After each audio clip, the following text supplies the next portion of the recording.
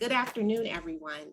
I'm Alicia Johnson, Director for Innovation and Strategy in the Office of Economic Development at Johns Hopkins University and Johns Hopkins Health System.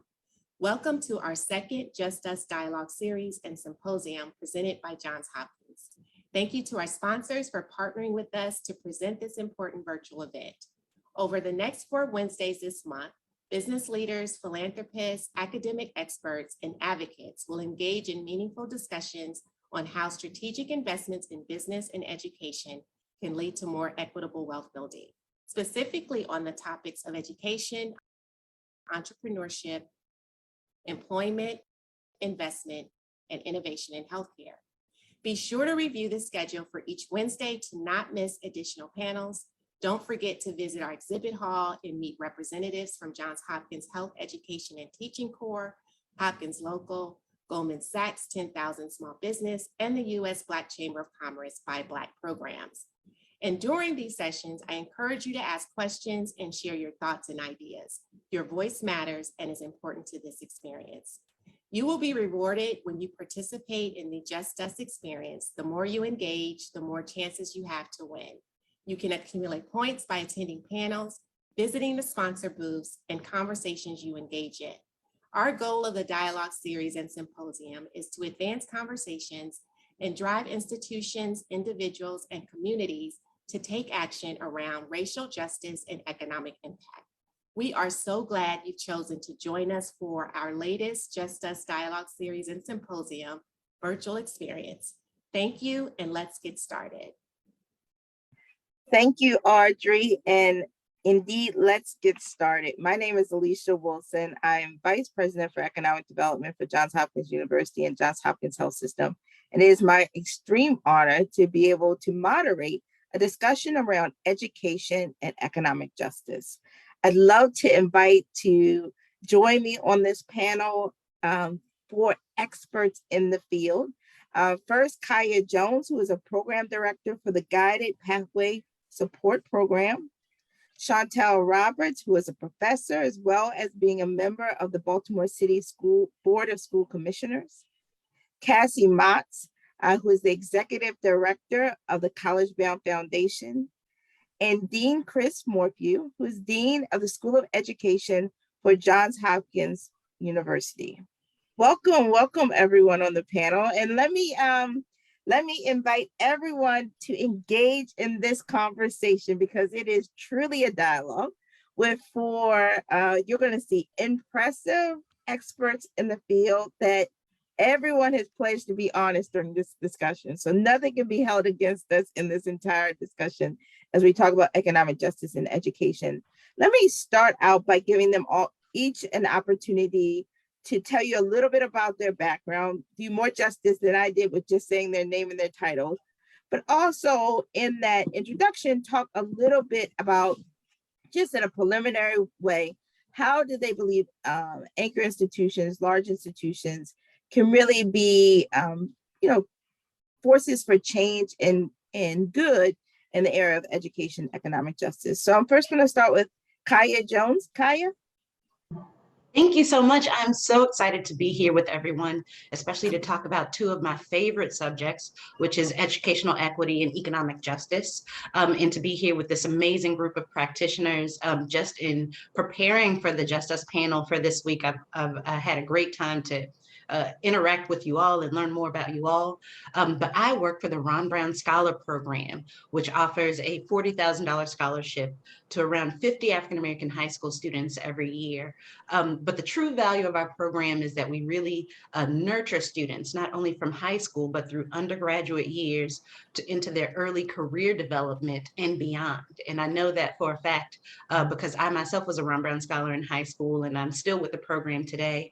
I was fortunate enough to be able to start a program within the Ron Brown Scholar Program called the Guided Pathway Support Program, which is a free college access program for African-American high school students around the country. And so every day I work with students and I work with this incredible team of professionals to help make college more accessible and equitable. So I'm really excited to share what I've learned and what I've experienced today, and to learn more from fellow practitioners. But to get directly to your question, when we think about how how anchor institutions can collaborate to help create wealth equity in communities. The first thing that comes to my mind is that leveraging their corporate and community partnerships to establish and better support paid experiential learning opportunities through every stage of the career development process, including high school and early college, will be critical and key. These are your workforce development pipelines. And if you don't want holes where you have problems in identifying African-American talent and students, it's because more time and money needs to be invested in engaging those students earlier in the process. And I've seen this work myself directly as a practitioner. I've seen it work within our organization and for other college access organizations around the country. If you're able to engage and connect with students in structured career learning opportunities early on, not only will it improve your enrollment, but it also improves your talent pipeline, and it resolves so many workforce development issues. So I think that experiential learning opportunities really speaks to the heart of wealth development and creation. Okay, we're just getting started. We're starting to drop gems. I know everybody's taking notes. I'm already taking notes. Thank you, Kiya, for starting us out so strong. Chantelle Roberts, can you tell us a little bit more about yourself? And the same, what can anchor institutions, how can they collaborate to create wealth equity in communities? Absolutely. And thank you so much for the question, Alicia. I am very excited to be here today with such distinguished co-panelists. So I am Chantelle Roberts. I am a Baltimore City native, a graduate of Baltimore City Public Schools, and the mother of an amazing third grade student in the Baltimore City Public School system. I serve on the Baltimore City School Board of Commissioners, and on that board, I serve as the chair of the Operations Committee, as well as the Maryland Association of Boards of Education, which we also refer to as MAID. I think this question is very timely. I think that starting to come out of the pandemic, we are exploring ways of how are we using the resources that we already have. We oftentimes in the world of education, we are thinking about resources and opportunities from a very deficit mindset, but what the pandemic has afforded us is an opportunity to reimagine and to rethink and reset our ideas of what the world of education can be. I do think that building on something that we have done really well in Baltimore City, especially, is we have a lot of research institutions in our backyard. They're right here. And so scaling the opportunities for not only faculty and staff and students that are eager and really hungry to get to some of the targeted issues that plague a lot of our communities in major urban cities that Baltimore is not absent of, and in a really well-intentioned way, partnering with community stakeholders to really address those issues that plague the ecosystem, if you will, of creating barriers for our students and for their families even, to really imagine what that pipeline of the trajectory into higher education in a non-traditional, a non-linear way, what that looks like. I think that we really should be well-intentioned in exploring what that opportunity is in a non-traditional way. I think that is the theme post-pandemic, if there is a real post-pandemic, of what reimagining in a realistic way looks like between intentional partnerships. Great points. Welcome again. And again, more gems are real about intentional partnerships, especially with the research institutions. Love your lift up of that. And I'll next turn it to Cassie Motz, Executive Director of the CollegeBound Foundation. Again, to talk about ways that anchor institutions can collaborate with organizations to create wealth, equity, in communities. Absolutely. Well, thank you, Alicia, and thanks for the opportunity to be here with such an esteemed panel. Just a bit about CollegeBound. We work exclusively in Baltimore City and with public school students and graduates in Baltimore City. We've been around for over 30 years. We do work very similar to Ms. Jones. We do college access, and then we also stay with our students beyond high school through college, supporting them, and then into the world of work. And I agree with what Ms. Jones and Ms. Roberts have said, specifically related to Baltimore. Paid internships are key, leveraging anchor institutions. And I would say Baltimore, one of the many beauties of Baltimore is it's a manageably sized city. So here in Baltimore, we have a real opportunity. The city schools graduates about 4,000 students a year. And of those, about 2,000 go straight to college and 2,000 do not. They go to the world of work or elsewhere. And so as anchor institutions, as businesses, as universities, if we can wrap our arms around those 2,000 students, about 1,000 go to four-year college and 1,000 go to two-year college, through, as Ms. Jones said, paid internships. And that starts in high school and through college, exposing students to career opportunities, mentorship opportunities. We have a program at CollegeBound, which I will tout later, where we have local professionals mentor students. I really think that we as a community can do a lot to move the needle to college graduation. And as the whole point of this panel will show, college education, a degree beyond high school, is really essential, particularly with these post-pandemic jobs. Most post-pandemic jobs that have been created require at least some college degree or some college courses. So I'm really glad we're talking about this today, particularly in the context of Baltimore, because I think there's a lot we can do as a community. And no, I think you made some really great points. We're going to dig into even deeper. Exposure just being one word that you stated throughout your remarks, which I think is so essential. Dean Morphew, why don't you introduce yourself? And I didn't realize you're the only male on this panel, but you are mighty. And talk a little bit about how anchor institutions can partner with organizations around to build wealth, equity, and communities.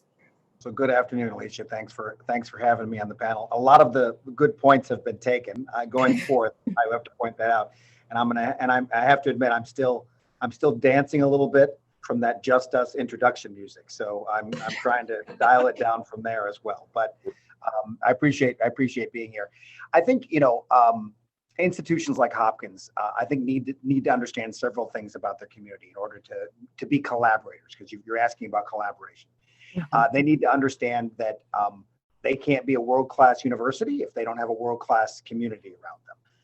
They don't have all the answers and aren't the only ones who want to live in a safe, thriving community. They need to understand there are unique resources in every community that need to be tapped. And, I don't think the challenge here for Hopkins in Baltimore is that much different than the challenge for Penn in Philadelphia. Obviously, there's some unique challenges relative to the different cities, but at the core of it, it's about creating, you use the term wealth. Wealth is about ownership, right? Wealth is long-term. The reason that African-American communities don't have as much wealth in this country is because for a long time, they were kept out of owning just about anything. So you have to create opportunities around ownership. And that means you need to create hubs in neighborhoods around the city where people want to buy homes, people want to start businesses. It's safe to do so. They have the resources to do so.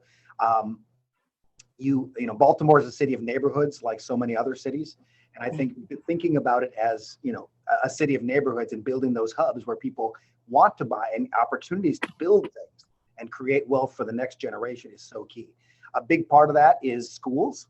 World-class cities require world-class schools. And if you look at the neighborhoods around Baltimore and you see where the wealth is, it's around thriving schools in many cases. We operate a school in East Baltimore, Henderson Hopkins. I might be willing to point out it's the most improved elementary school in Baltimore City. The building that's going on around Eager Park and the work that we're trying to create opportunities there for ownership, I think is one good example of how universities can collaborate. It's really challenging because people are coming from different perspectives, but clearly it can be done. Yeah. And so I'm glad you lifted up Henderson Hopkins, one of my favorite schools in my favorite part of town, East Baltimore. So definitely appreciate that. And so many thriving schools, like you said, people are gravitating towards them.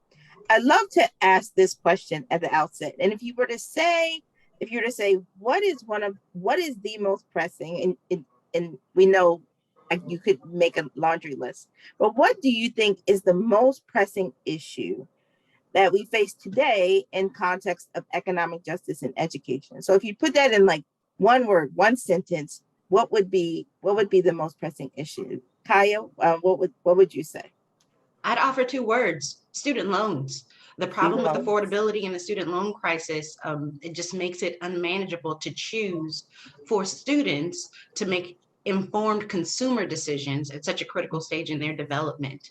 I mean, we know that the student loan crisis has affected every part of our lives in terms of, even family formation, home ownership, employability, and all of those issues. And if there's a student loan crisis for all American students, there's a student loan apocalypse for African-American college applicants. I think the Department of Education released a cohort study a few years ago that showed that about half of Black college graduates carry a default on their student loans within 12 years after graduation.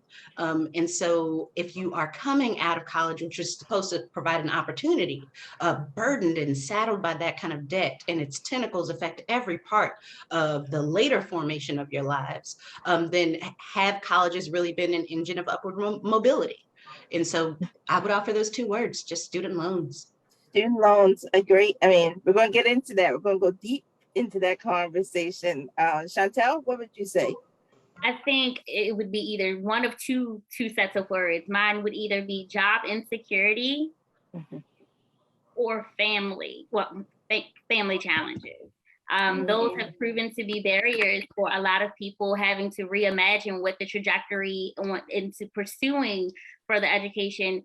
If you force someone to choose between pursuing an educational opportunity or having to acquire financial resources to take care of their family is going to win every time. And so when you take away that opportunity to reimagine or to imagine what your next steps into the world of education can look like, that's a barrier for a lot of people. Great points. Okay, student loans, family challenges, job insecurity. Cassie, what? So I thought of my answer before I heard the others, and it turns out it's kind of a combination of the two. It's college completion, which is so many students start down the path, and then, as Ms. Jones and Ms. Roberts point out, they're not able to complete because of financial constraints or family constraints, and that causes even more problems because you've got to repay your loans, but you don't have the degree that's going to propel you potentially to a better paying job. So that's why I think the financial support is important. And then also, as I mentioned before, as a community, wrapping our rounds around students and making sure that we are not putting up barriers, but in fact, putting down barriers and can help students while they're in college to make sure they actually earn the degree. Absolutely, absolutely. How about you, Chris? What would you say? I'm sorry, I'm going to go first to you next time. All those are good topics. No, Alicia, I was just going to give you a hard time. All those are good topics. I would say access, which is very much related to the other topics. From a K-12 perspective, it's about safe access to a high quality neighborhood school, and too many communities don't provide that. Too many cities don't provide that for all of the students in the city. And I would say at the higher education level, access means the problem with access in higher education is that if you look even at state public flagship universities, they look increasingly unlike the communities they're supposed to represent, right? So I formerly worked at public flagship universities like the University of Iowa, and too many students from those universities enroll too many students from the top 10% of the population and too few students from the rest of the population of their states and their regions. With elite privates, it's even worse. Our private institutions, and Hopkins is making great strides here, but needs to do more, and everyone at Hopkins, I think, knows that.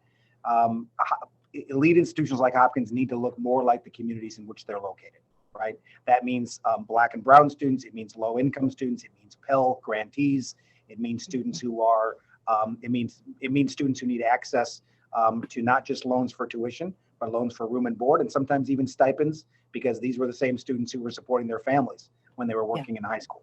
So I think it's access. I love how you all put it: access, college completion, job insecurity, family challenges, student loans. And so we highlighted the most pressing issues, and we're going to get into some solutions and also some thoughtful discussion, because coming out of this, we want action, right? We don't just talk for talk's sake. We really talk about action. So just going off of what was just said, I want to lift up a study. According to a study conducted by Georgetown University Center on Education and Workforce, adults with a bachelor's degree earn an average of $2.8 million during their careers, 1.2 million more than median for workers with a high school diploma. But we just talked about access for everyone. So if it's clear that education is essential to economic wealth and mobility creation, why is college in the US so expensive, and how should we be approaching that? So I'm gonna start with I'm gonna start with you, Chris, and then I'm gonna go to Cassie and Kiya on this. Let me start with you, Chris. Why is it so expensive? I appreciate getting the first bite at the apple, Alicia, really. So I think there's 4 reasons. I think labor intensity of core functions. I think slowness around innovation. I think state disinvestment. And I think the fact that competition has not traditionally been about access, it's been about eliteness. So I think teaching and research are inherently labor-intensive activities, and there are areas where our innovations haven't always produced ways to become more efficient, right? So we still teach small classes, we still teach trombone one-on-one, we still teach in labs. You have to have small environments with very expensive facilities. Those things haven't changed, and we haven't come up with innovations yet on the AI side, machine learning side, that would make those things virtual reality worlds that have made those things cheaper. And in fact, the relative expensiveness of those things is linked in people's minds to actually the quality of higher education.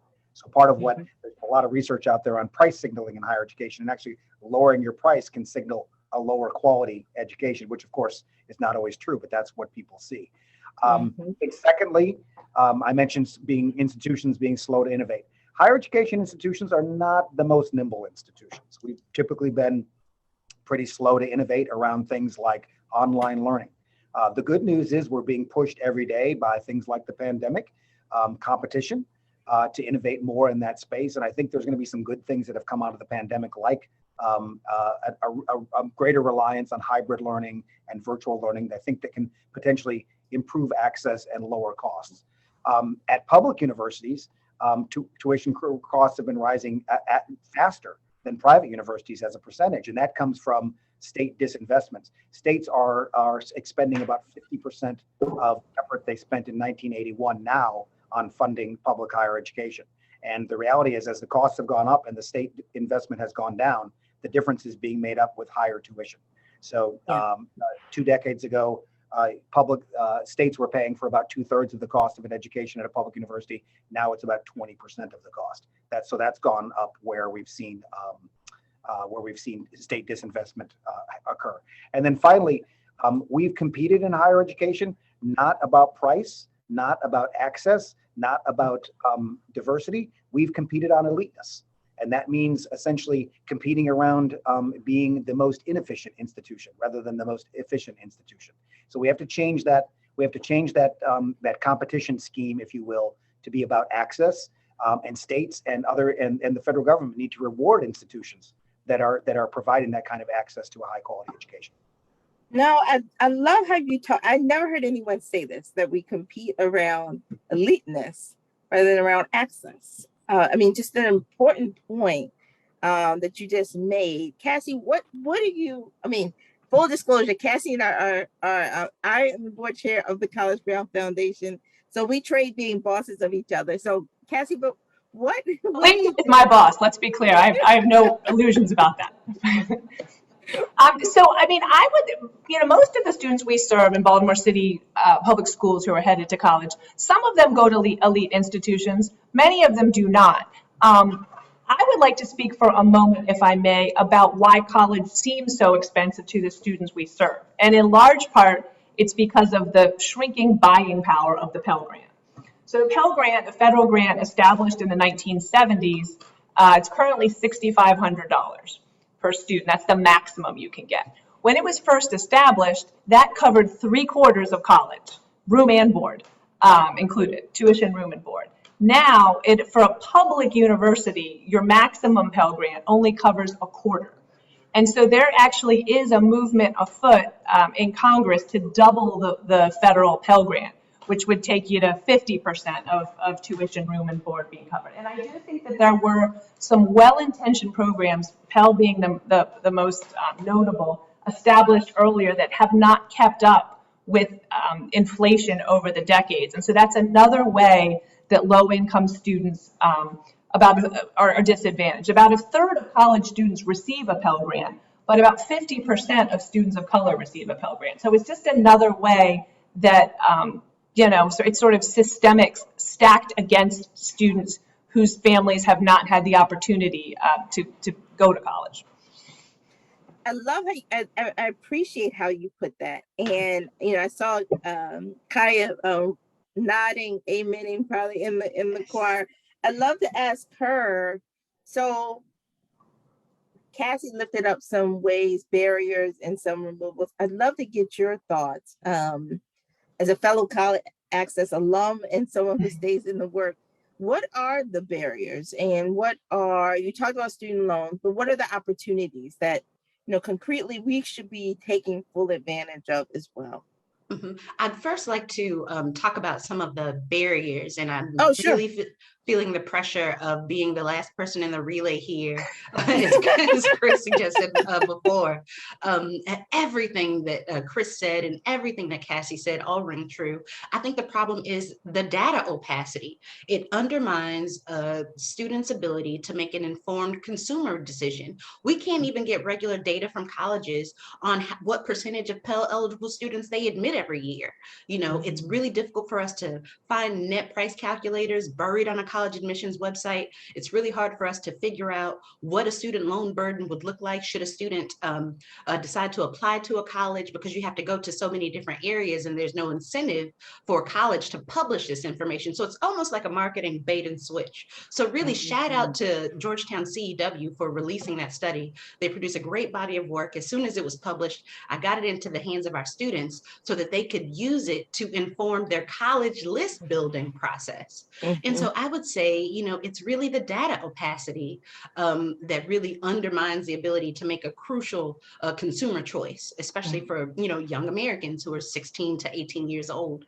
In terms of the opportunities, I would say that there are more well-intentioned community-based organizations and other groups who are finding ways to share data, who are finding ways to figure out how we can compare across institutions where Pell eligible students are being admitted, what supports there are for them. But it's all piecemeal. It just depends on the community-based organization, and it depends on the college's incentive to be upfront about their net price calculators and what percentage of their students graduate within 6 years, and their student loan burdens after they graduate, especially to segment African-American students from that data. And so there are opportunities. Colleges are becoming more mindful of this burden, and that it places all of the burden on the student and the parent to find the information that they need to make more informed choices. And CBOs are becoming better at sharing best practices to help overcome these data deficits. I appreciate that so much about the data deficit, because you're right. There's so many young people who tell me, like, it costs $54,000. It doesn't. That's a lot of money anyway. But there's a couple more things to add on before we get to the real numbers. So you are so right. And so let me say this first, because I see people already commenting on Facebook. Don't worry, I'm seeing all of your comments. I see you commenting in the chat on Zoom. Also, those of you who are listening, who want to text in your questions, you can do that 22333, then type JHUWL in the message. And we're going to go right to Shantell, because I really want to talk about at the K through 12 level. Like, what can be done to increase access for young people? And I'll also let the other panelists jump in, but I want to give Shantell the first dig at this. What can be done when we're talking about early early and often for our young people and setting them up for success? What do you think? I think that's a really good question. Something that Baltimore City and other major urban cities across the United States are really experiencing right now is, one, how are we getting our youngest learners, our 3, 4, and 5-year-olds into classes, into the school building? That is our inaugural cohort of learners.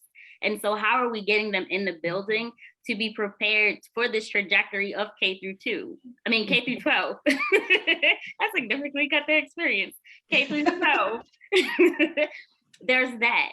There's also thinking about Maryland. We're in a really interesting period of time right now with the passing of the Blueprint for Maryland's Future, or what we also call Kerwin. And so that was a historical piece of legislation for educational reform. So Maryland, in a lot of ways, we're seeing a new investment on early education and the public school system. But in a state like Maryland and in a jurisdiction like Baltimore City, where we've seen a lot of disinvestment in the field of education, while there is an abundance of money coming into our systems this year, it's literally right-sizing a lot of schools. And so it's not money that is adding a lot of bells and whistles or adding a lot of extra gadgets and a lot of extra experiences. It is adding paint. It is adding lockers. It's adding to what a right-sized education should be as a foundation for level setting. And so when you think about level setting for, a district of 76,000 plus students, from K to 12, and also coming out of a pandemic, there's a lot of things at work. And so it's the idea of, okay, what were lessons learned to improve the experience of K to 12 post-pandemic or moving outside of the pandemic, but also integrating in this new piece of legislation that's not just a best practice, it's the law. And so how are we, in a really meaningful, well-intentioned way, in a district with fair student funding and school autonomy, how are we able to do that for staff, students, and families, with the idea in the nucleus of it being addressing the whole child? And in addressing the whole child, it's addressing their whole family. And so how are you addressing the support systems that better the students to actually have the idea or to have the opportunity to imagine what their trajectories could be, whether it's career readiness or college readiness? Great points. Great gems you just stated. And I love how you talked about actually there being some lessons that COVID has taught us, coupled with the investments that we're seeing. And I'd love to pivot to, like, what has COVID taught us? What are we seeing in enrollment? What are we seeing in attainment of people accessing college? And are there any things that we think, and we know of, we've heard of, I haven't seen it in my life, but pandemic loan relief during this time. What does all that spell for what we can think about in terms of, or conceive of in terms of economic justice in the education context? And Kiya, I'll start with you. I won't let you be last in the relay this time. So I'd love to get your thoughts first. Sure. So when I think of pandemic enrollment trends and college accessibility, the first thing that comes to my mind is the test optional movement. We've seen an explosion of colleges. There were many colleges that were test optional before the pandemic hit. So shout out to those colleges, but we've seen an explosion of colleges who have made their test optional policies more flexible. Now we're starting to see some colleges try to quickly revert back. But what we found, especially for those colleges that are super selective, that reject a high percentage of their students, that they were able to identify a super diverse talent without the test scores.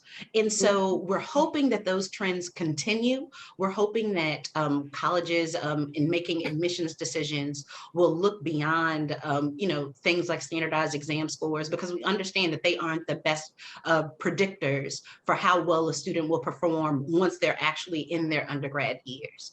And so I feel like in some instances, the pandemic has really helped to propel college access, just in terms of the relaxation of testing standards or testing policies. When it comes to student loan relief, in my opinion, it's been disjointed when it comes to the pandemic. What I found is that some students at the colleges with really high endowments were able to access some of those funds to help them with financial emergencies. But for many students, those funds were not accessible. Either they, the school had limited money and there was a rush on the money, and so they, the pot just ran dry, or they created such arcane rules for the students to access the money that it didn't really translate into real support for students. And so I think that it shows that it's possible to give direct aid to students in times of emergencies, but there needs to be more oversight to make sure that those funds are accessible. No, that's a really, really good point. I mean, I have so many mentees. Cassie on all of our, we talk about this constantly, what you just lifted up, Kiya. I'd love, Cassie, for you to, building off of what Kiya's comments around college completion, you're talking about that being sort of the most pressing issue. What have we seen in the pandemic? What are the opportunities? What are the challenges that we see for young people?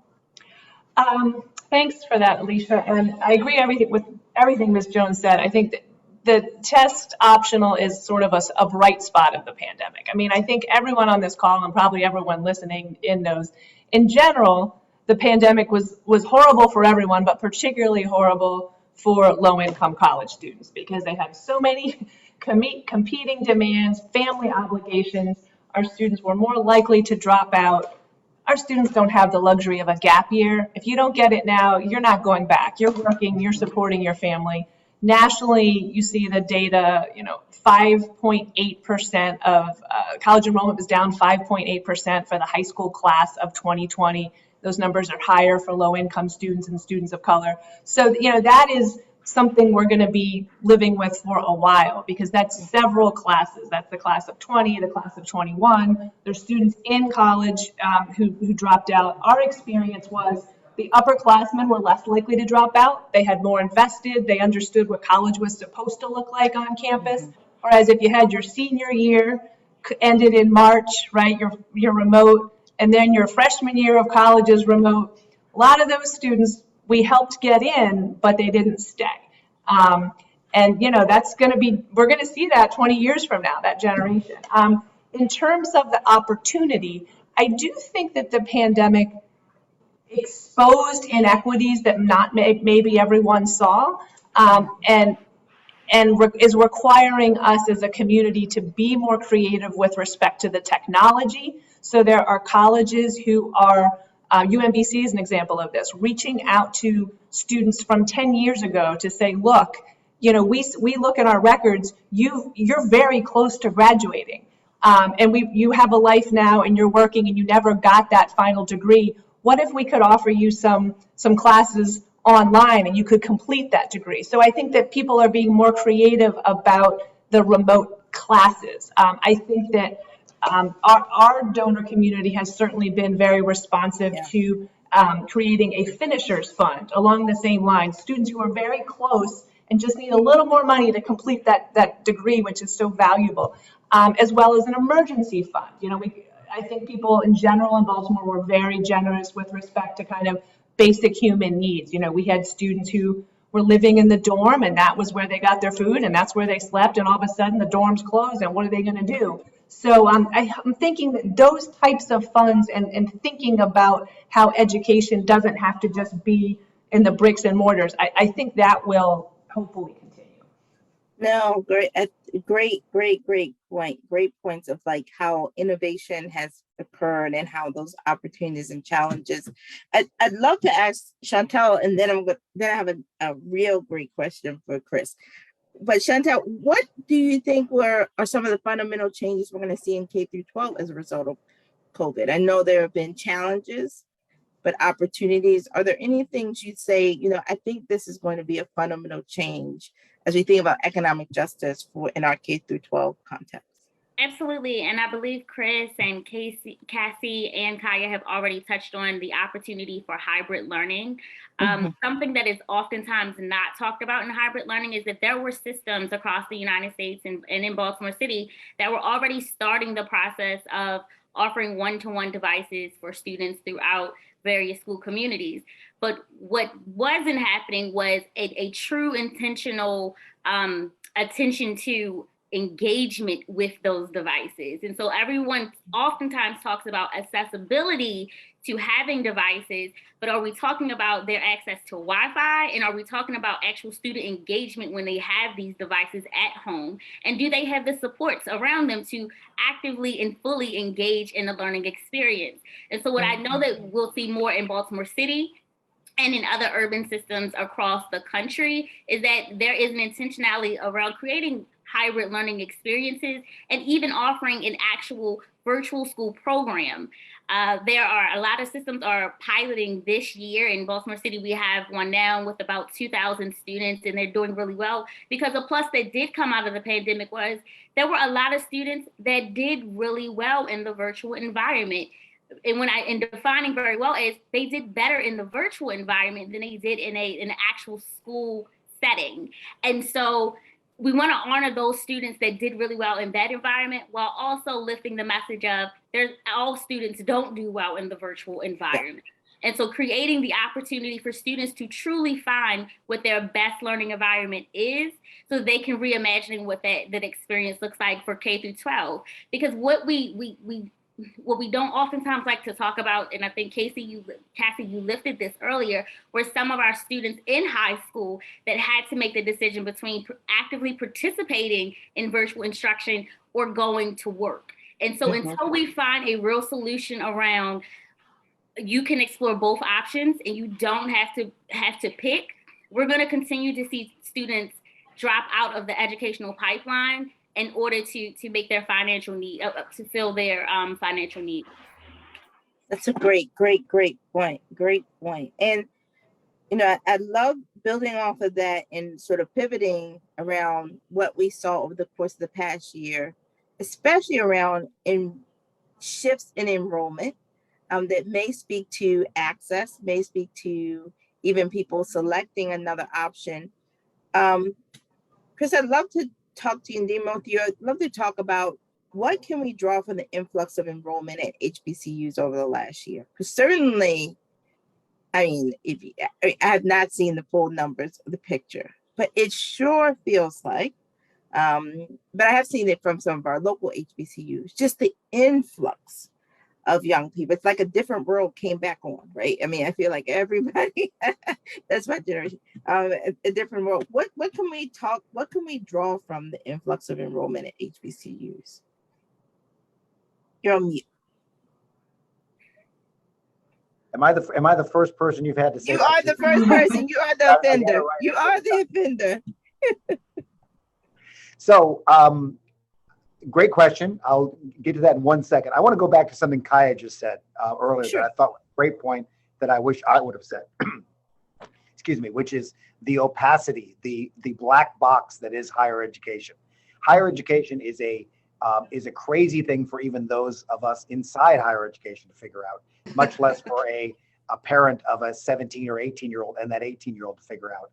I think everybody in this panel would agree that higher education could be access could be served very well if any institution of higher education that took federal money was required to post on the front page of their website the equivalent of the sticker you get on a new car that had information around what are the graduation rates for people like me, what percentage of students take out loans, what are the size of those loans, and how many of those students default on those loans, right? What do they earn after graduation? All those data should be available to everyone to see and compare.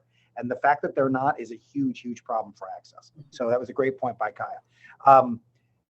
You asked me about the influx of enrollment at HBCUs. Different question. I'll answer that. There was a great article last month in the Post, Washington Post, that had some pictures of students, I think at Morgan. It started out with talking about Morgan, but North Carolina A&T and a few other HBCUs, mainly public HBCUs.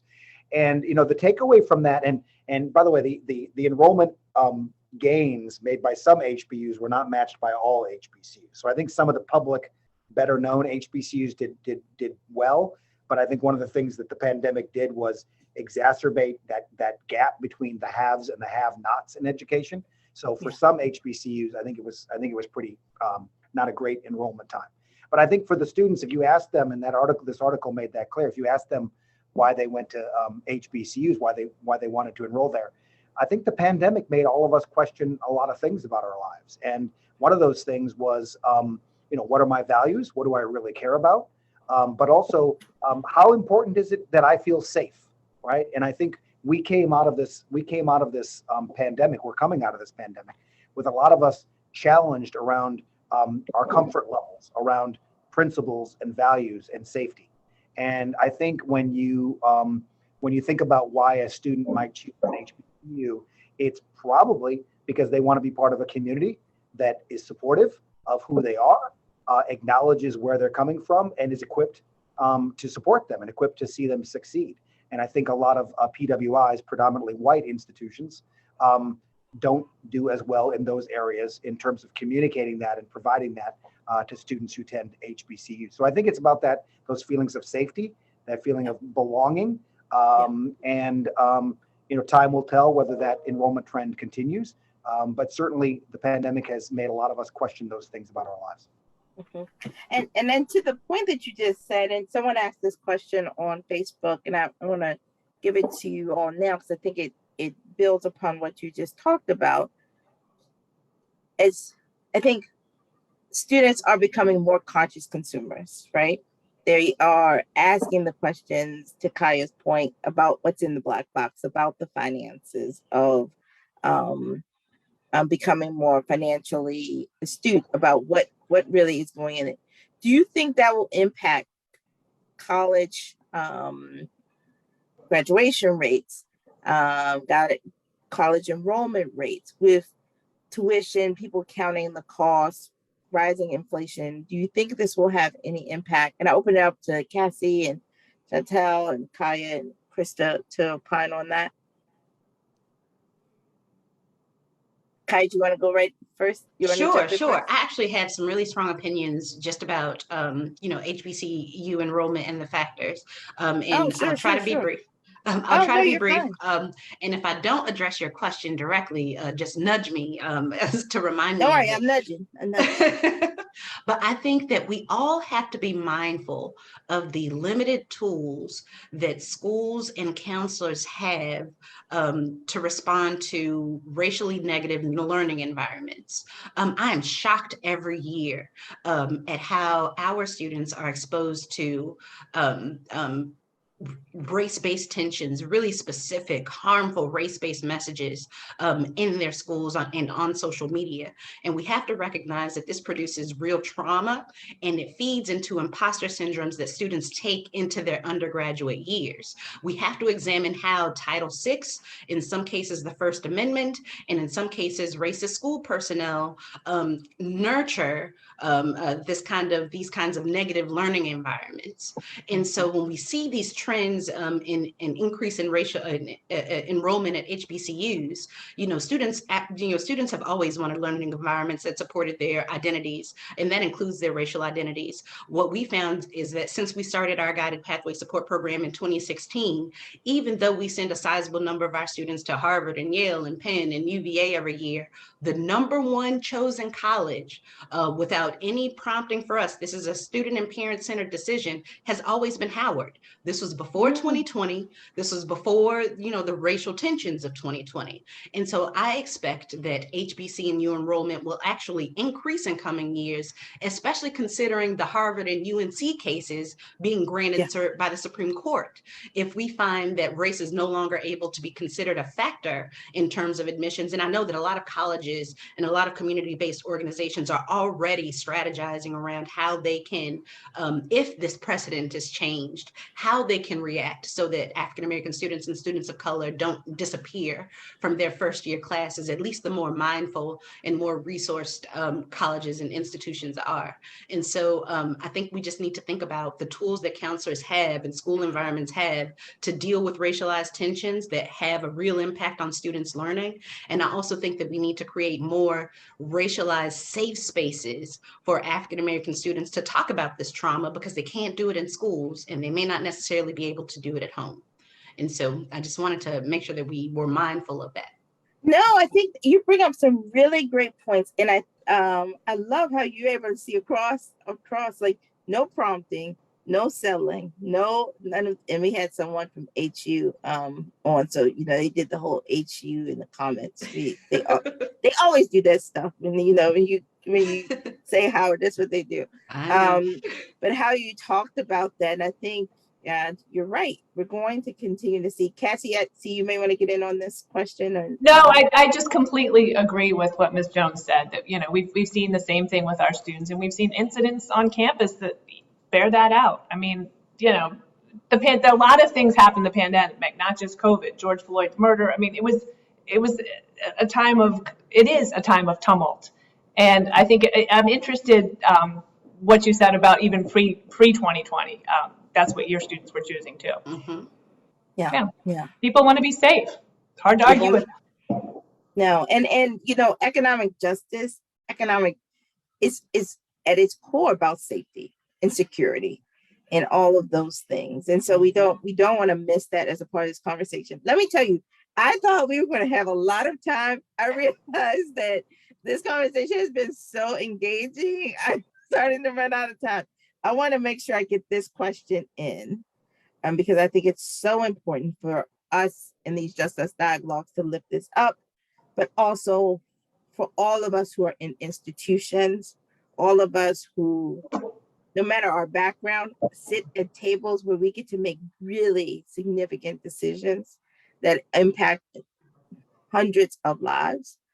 And we have a diverse audience. I see policymakers on, elected officials, individuals who are at differing levels in organization, institutions.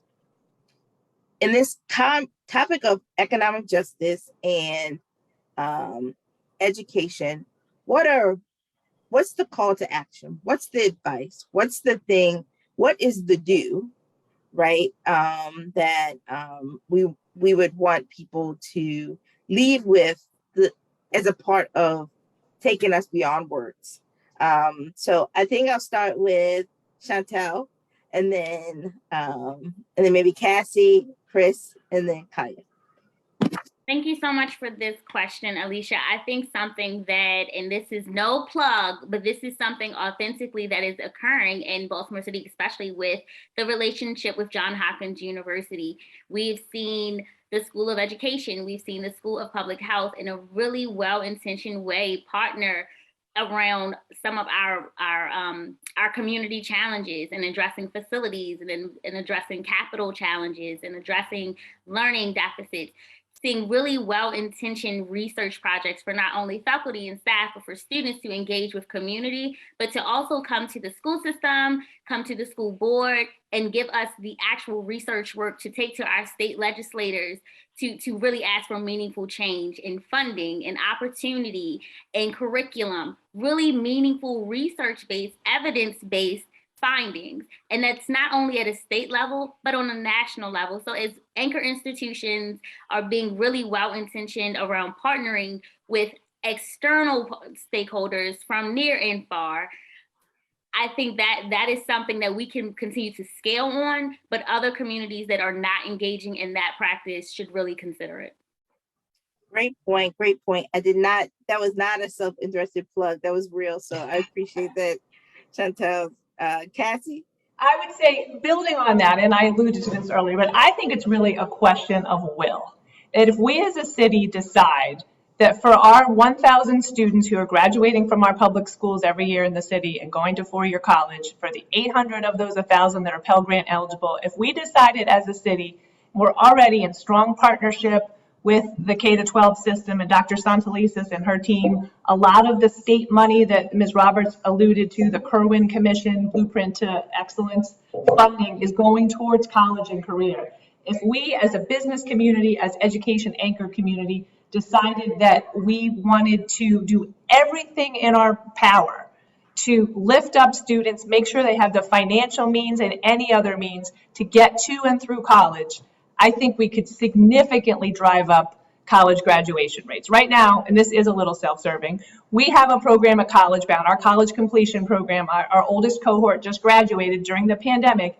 80% of the students in that program graduated or on track to graduate their 5th year of college because they had the financial and other support. And it started with a strong partnership with city schools during high school and even earlier in some cases.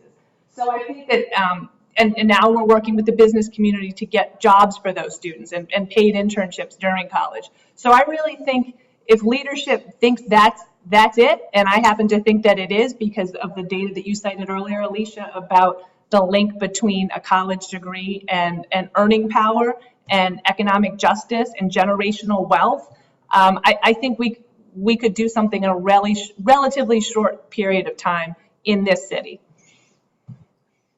I agree. Thank you. Chris, how would you, what would you say? So I think we're really lucky here in Maryland in a lot of ways. We are a wealthy state. We have a state legislature that is led by folks who are very progressive and I think brave on educational issues. People like Bill Ferguson in Annapolis, a former teacher, state Senate president, and there are those on the other side of the aisle, I think, who are progressive about education. And I don't think we can take that for granted because I think there are at least 40 other states that would probably love to have our legislature at the moment, right? So I think what we have to do is we have to figure out, they've given us with the blueprint a lot of tools.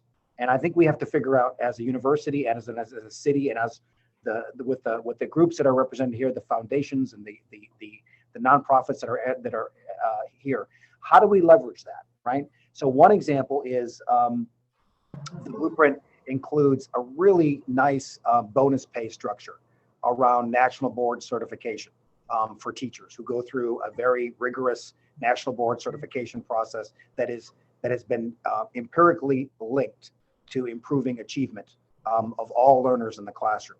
We need to figure out how to get more and more of our teachers toward that national board certification, get the highest quality, best supported teachers we can. It also provides opportunities for professional development for those teachers as well.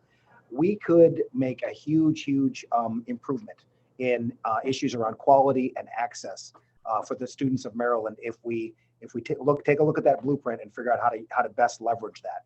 And I don't think everything that happens in Annapolis is perfect, but they've given us a lot of tools and more than most other states have. Great point. Kiya, what do you say? What's the call to action? Sure. I would say that the word of the day has been partnerships. And if there's a second word, it's been community. I feel like one of the implications of everything that we've said today is that no one institution can do it alone, that there's a role for every stakeholder to play. Schools have limited tools, students and parents have limited agency, but there are community-based organizations out there who have the capacity and need the community and corporate funding and technical expertise to able to build programs that offer these experiential learning opportunities to students and capture them early. And so I would say it's creative collaboration and data sharing across all stakeholders. And then identifying other, it's sub-grantee arrangements. It's finding ways to share information, data, and to collaborate to fill these gaps that colleges and other institutions aren't incentivized to fill. Let me just say this. This has been a true pleasure for me to get to interview you all. We talked at the outset about challenges. We came talking about barriers, but more importantly, we talked about solutions and really actionable things that can be done to advance economic justice in education. And so Kiya Jones, Chantelle Roberts, Dean Chris Morphew, Cassie, Motz, thank you for being a part of the kickoff of the Just Us Dialogue series on education, and really, really honored to have you here. I know there's so many in the audience that have put more questions. I wish I could get to all of them, but I can't. But I want to give you how you can get in contact with all of the folks who are on our panel. So Kiya, you can look her up on www.ronbrown.org. We're putting this all in the chat. Dean Morphew, he is at Education Dean, at JHU Education, hashtags JHU SOE, hashtag JHU Safe Schools. So you can find him on Twitter, all the social channels. Cassie is at CollegeBound Foundation on Facebook and Twitter.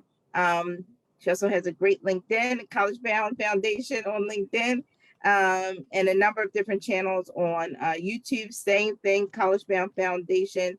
And Chantelle Roberts is at Chantelle RO1. Is it 0? One. Oh, 1. And you can also find her on LinkedIn. I want to give you another announcement. We are coming back next Wednesday, March 16th, with the second Just Us Dialogue conversation, glaring changes in the entrepreneurship landscape as a result of the pandemic, which will focus on entrepreneurs and building wealth. Please follow us on JH Connects on Instagram, Twitter, and Facebook. Email us feedback, jhconnects@jhu.edu. I want to thank our partners, Johns Hopkins University, Johns Hopkins Health System, the Health Education and Training Corps, as well as Microsoft for being our sponsors. Thank you, Cassie. Thank you, Kiya. Thank you, Chantelle. Thank you, Chris. And thank you everyone in the background who doesn't get to come on camera, but that brought this tuition. Thank you, the entire team at Johns Hopkins for doing this.